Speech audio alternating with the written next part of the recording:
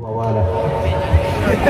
اللهم صل على نور الأنوار وصير الأسرار وترياك الأغيار ومفتاح باب اليسار سيدنا محمد المختار وآله الأطهار وأصحابه الأخيار عدد نعم الله وإفضاله.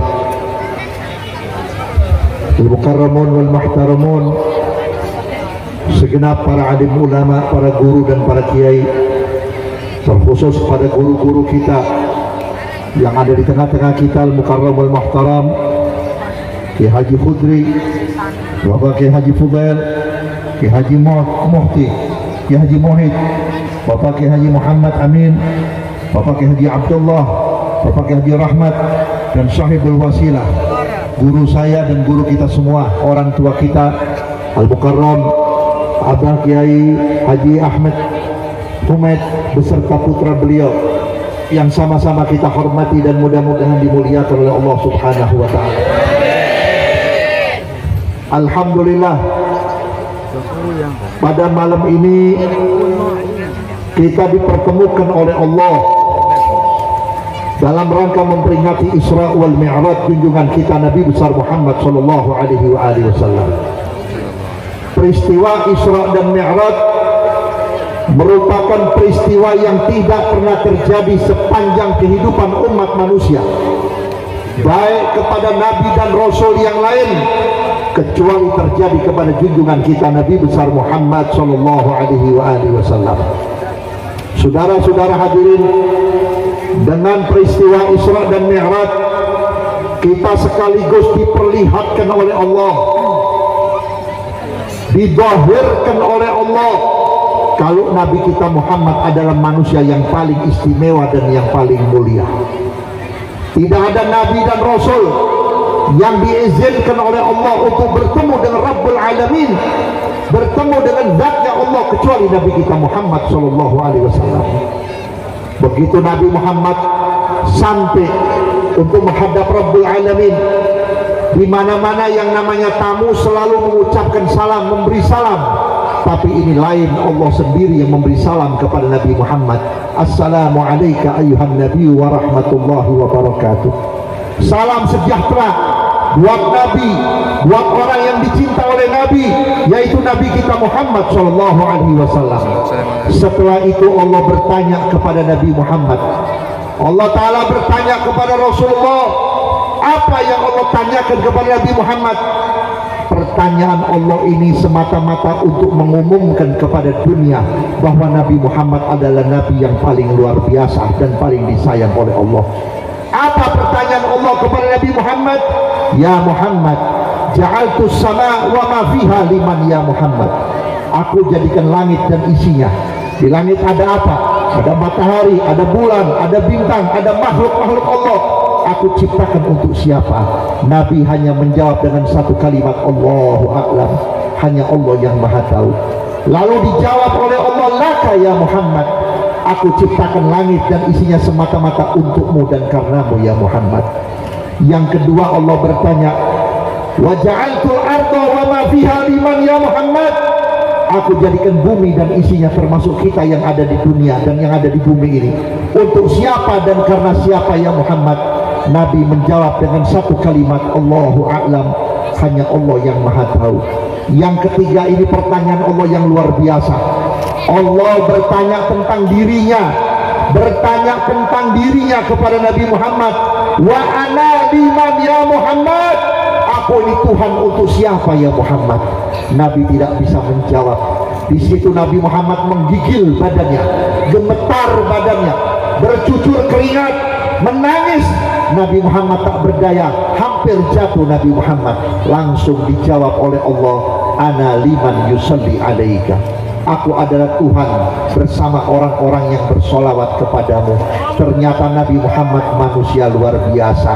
Makanya kalau ada manusia di akhir zaman kurang ajar kepada Nabi Muhammad, itu manusia paling goblok para hadirin. Kalau ada orang meremehkan Nabi Muhammad, menyamahkan Nabi Muhammad dengan orang biasa, itu orang goblok. Makanya jangan salahkan kalau di Indonesia sekarang balaknya macem-macem. Balaknya macem-macem. ada macam-macam. Balak yang turun bukan karena banyaknya jablay, balak yang turun bukan karena banyaknya pemabok, balak yang turun bukan banyaknya orang-orang yang ahli maksiat, balak yang turun bukan banyaknya orang yang meninggalkan sholat. Kenapa? Karena Allah tahu satu saat aku akan berikan taufik hidayah kepadamu dan kamu akan sholat, kamu akan tobat, kamu akan menghadap aku. Tetapi satu yang menyebabkan negeri kita rusak, negeri kita sekarang carut marut, bermacam-macam masalah. Apa? Banyak orang menghina Nabi Muhammad tapi presidennya diam saja. Betul. Seorang pemimpin yang mengaku muslim seharusnya marah kalau ada yang menghina Nabi, seharusnya marah kalau ada yang menghina Rasul. Seorang wakil presiden, seorang ulama seharusnya marah kalau ada orang yang menghina Nabi Muhammad. Karena mereka diam, Allah marah. Diturunkan hujan oleh Allah, hujan yang begitu deras, cuman 1-2 malam turun hujan, Jakarta banjir, Bogor banjir, Jabodetabek banjir, di mana-mana banjir, sampai Surabaya pun banjir. Kenapa? Hujan diturunkan dari langit, langit diciptakan oleh Allah karena Nabi Muhammad, untuk Nabi Muhammad. Begitu airnya turun, buminya ditutup oleh Allah, tidak bisa mengisap air, tidak bisa menyimpan air, terjadilah tenggelam. Beres banjir, belum dibenahi, di Jakarta masih banyak yang rusak, di Bekasi masih banyak yang rusak. Sekarang datang corona, sekarang datang corona.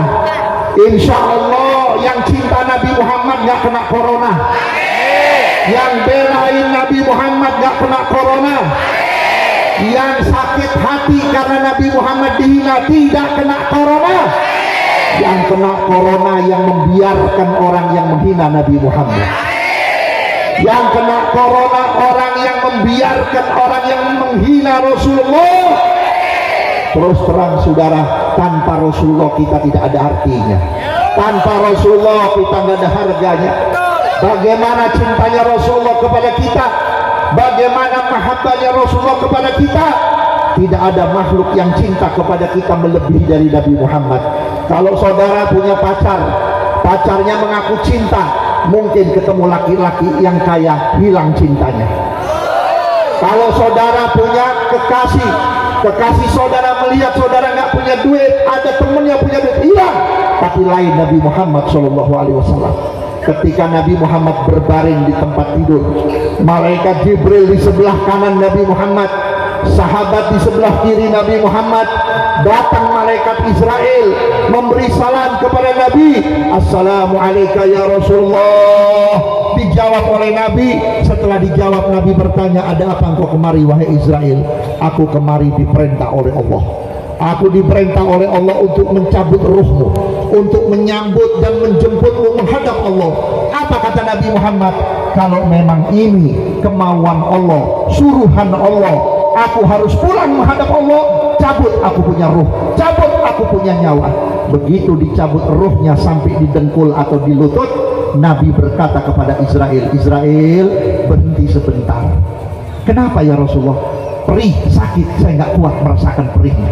Apa kata malaikat Jibril di sebelah kanan Nabi Muhammad?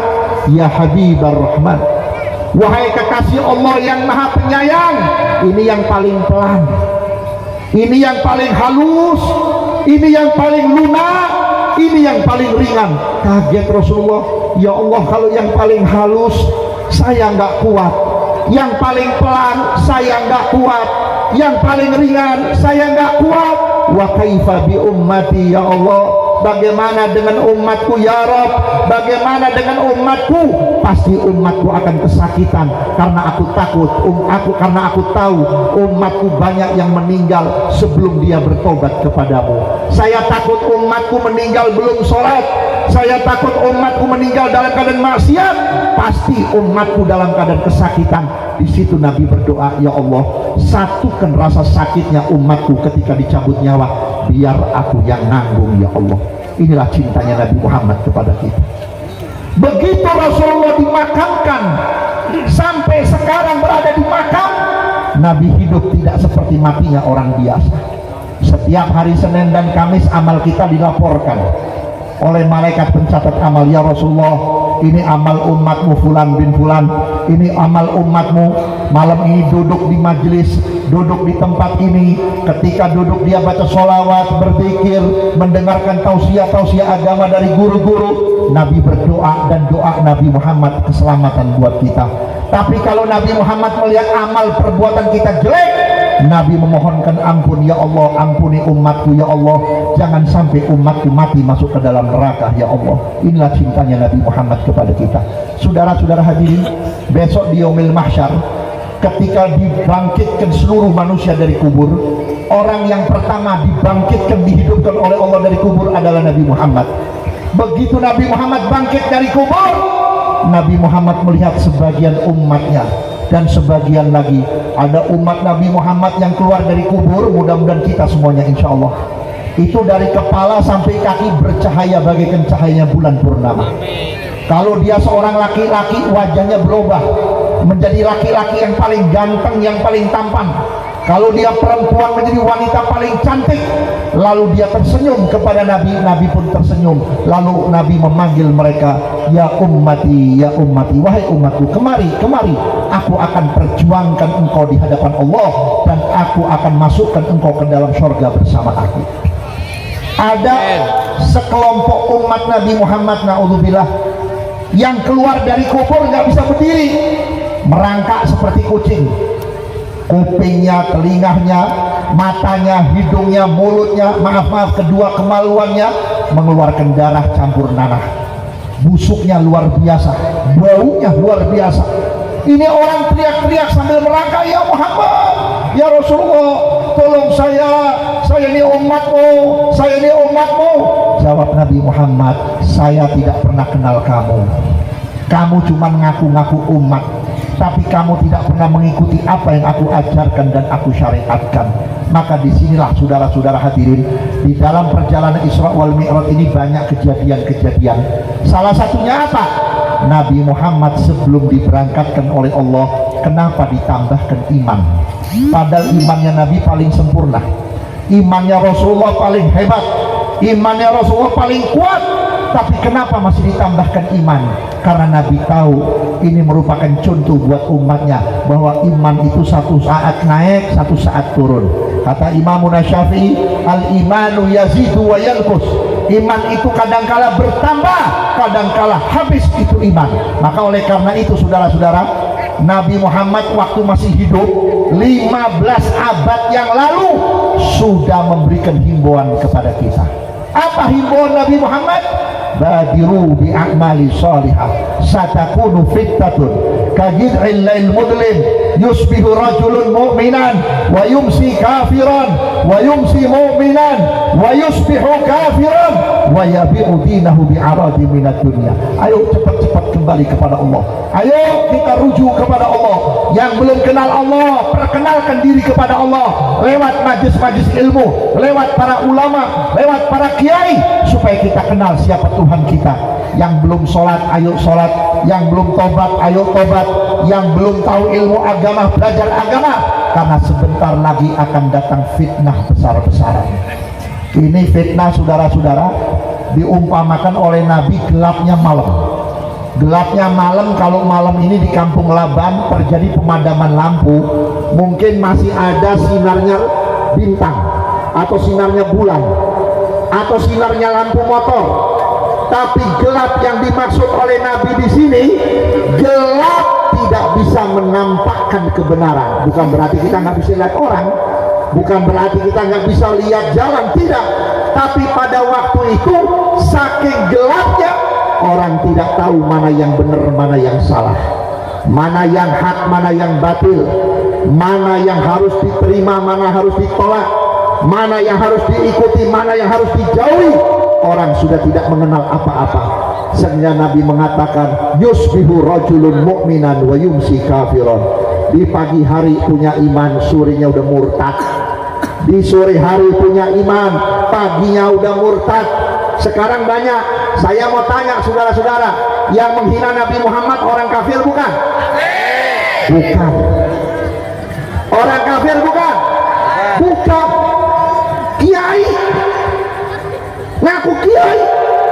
berani menghina Nabi Muhammad. Nabi dibilang nyolong jambu, Nabi disebut bilang belekan, Nabi dibilang seperti bocah ingusan.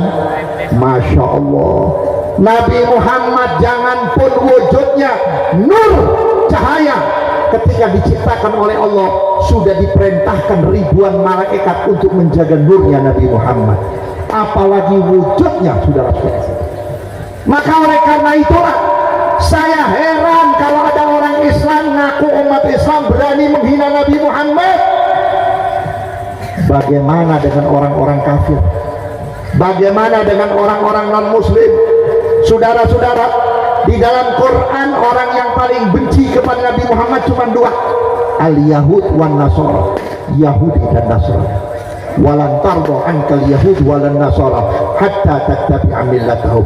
Tidak akan pernah ridho, tidak akan pernah rela, tidak akan pernah senang kepadamu hai Muhammad. Siapa? Yahudi dan Nasrani. Tapi Yahudi dan Nasrani nggak kuat menghina Nabi Muhammad. Saudara tahu, di zaman Nabi Muhammad, waktu Nabi Muhammad masih kecil, seperti antum masih kanak-kanak, itu temennya banyak kan orang kafir, non muslim, ada Yahudi, ada Kristen, ada Majusi penyembah api. Begitu Nabi Muhammad diutus jadi Rasul, mereka jadi pastor, mereka jadi pendeta. Ada yang jadi pendeta Yahudi, ada yang jadi pendeta Kristen, ada yang menjadi pendeta Majusi. Satu waktu ada orang Yahudi benci sama Rasul, benci sama Nabi kita Muhammad.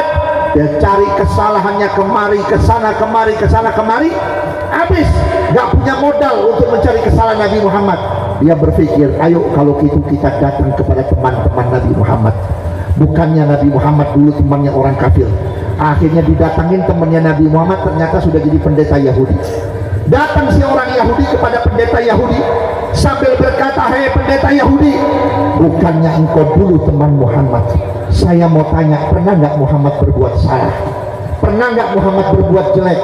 Itu pendeta Yahudi bersumpah, demi Tuhan yang aku sembah, aku dari kecil sampai sekarang belum pernah melihat dan mendengar Muhammad berbohong kepada siapapun. Keluar ini pendeta Yahudi menuju ke tempat pendeta Kristen. Wahai pendeta, bukannya dulu kau teman Muhammad? Saya mau tanya, ada nggak kesalahan Muhammad? Demi Yesus Kristus, aku belum pernah mendengar dan melihat Muhammad berkhianat kepada siapapun. Keluar ini orang Yahudi menuju ke pendeta Majusi. Sampai di pendeta Majusi, hei pendeta Majusi, bukannya engkau dulu teman Muhammad? Saya mau bertanya, ada nggak kesalahan Muhammad? Demi dewa-dewa api yang aku sembah, aku belum pernah melihat Muhammad menyakiti makhluk, janganpun manusia, hewan pun tidak pernah disakiti oleh Nabi Muhammad. Akhirnya ini orang Yahudi angkat tangan, dia datang ke Rasulullah. Hei Rasul, hei Muhammad, sesungguhnya aku orang yang sangat benci kepadamu, aku sesungguhnya orang yang paling tidak suka kepadamu. Aku cari kesalahanmu dari sana dari sini, ternyata aku tidak menemukan kesalahanmu hai Muhammad. Maka oleh karena itu maafkan aku dan izinkan aku untuk masuk Islam, dan izinkan aku menjadi umatmu masuk Islam di tangan Nabi Muhammad. Saudara tahu, dulu anak-anak pendeta yang masih remaja, jangan dikira Nabi Muhammad gak cinta sama anak muda, jangan dikira Nabi Muhammad gak kenal anak muda. Justru Nabi Muhammad menjadi pelindung anak muda. Anak-anak muda yang usia belasan, 20-an, kebetulan bapaknya orang non muslim, pendeta Yahudi, pendeta Kristen, pendeta Majusi, itu secara perlahan-lahan itu anak melarikan diri dari rumahnya, kenalan dengan Nabi Muhammad. Akhirnya itu anak belajar Islam, sampai masuk Islam. Begitu sudah mulai matang, ini anak permisi kepada Nabi Muhammad, ya Rasulullah, boleh nggak saya pulang? Barangkali saya bisa mengajak ibu saya masuk Islam, bapak saya masuk Islam. Kata Nabi, silakan kalau kamu mampu. Subhanallah, begitu ini anak pulang, besok datang lagi sudah babak belur, dikebukin, dipukulin oleh bapaknya. Bapaknya nggak terima anaknya masuk Islam, dipukulin, bahkan dimasukin satu kandang, disatukan dengan anjing yang paling galak. Begitu keluar udah babak belur. Akhirnya lama kelamaan ini anak muda nggak kuat, dia datang kembali kepada Rasulullah. Ya Rasulullah, Saya nggak kuat ya Rasulullah, saya disiksa, saya diinjak-injak, saya dipukuli, bahkan saya mau dibunuh. Sekarang saya mau tanya ya Rasulullah, boleh nggak saya balas dendam kepada ibu saya? Boleh nggak saya membalas perbuatan bapak saya? Apa jawab Nabi Muhammad? Islam tidak pernah memerintahkan anak untuk membalas kejelekan orang tua.